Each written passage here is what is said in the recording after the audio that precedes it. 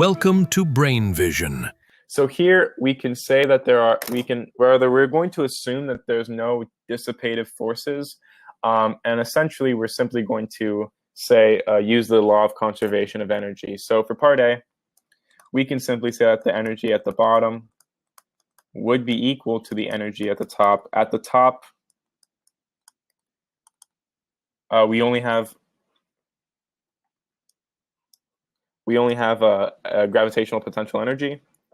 So we can say that 1/2 mv squared plus 1/2 I omega squared. So at the bottom, we have translational kinetic energy as well as rotational kinetic energy. And at the top, we only have gravitational potential energy.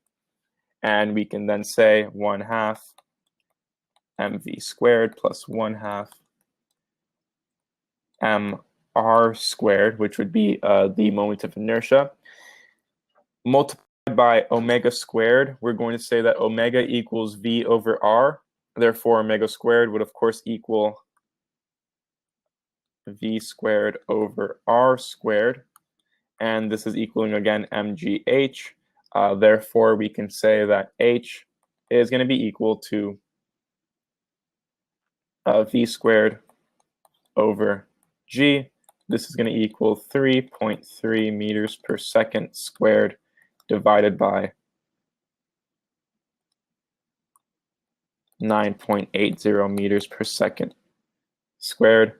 Oh, my apologies. Meters per second quantity squared.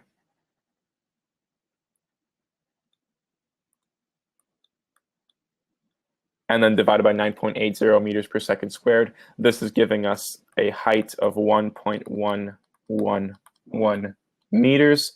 So we can say that the distance along the plane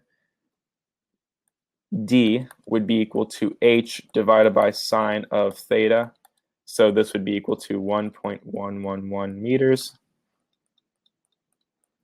divided by sine of 15 degrees, 15 degrees being the angle of the incline.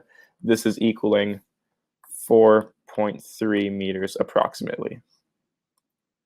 So that would be your answer for part A. And then for part B, we can say that the time can be delta x equaling the average acceleration, so v initial plus v final, times t. Therefore, t is simply going to be equal to 2 times delta x divided by v final, knowing that v initial is going to be 0 because at the top of the incline, there is no kinetic energy. So we can say that t would be equal to 2 times 4.293 meters. Let's not round until the very end, divided by v final of 3.3 meters per second. And we find that t is going to be 2.602 seconds. This is the time to go up the plane. Therefore, the time to come back down the plane is the same. So t total would be equal to 2 times t, or 2 times 2.602.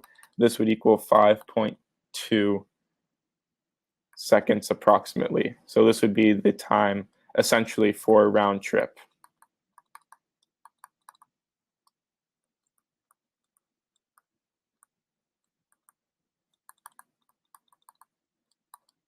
That is the end of the solution. Thank you for watching.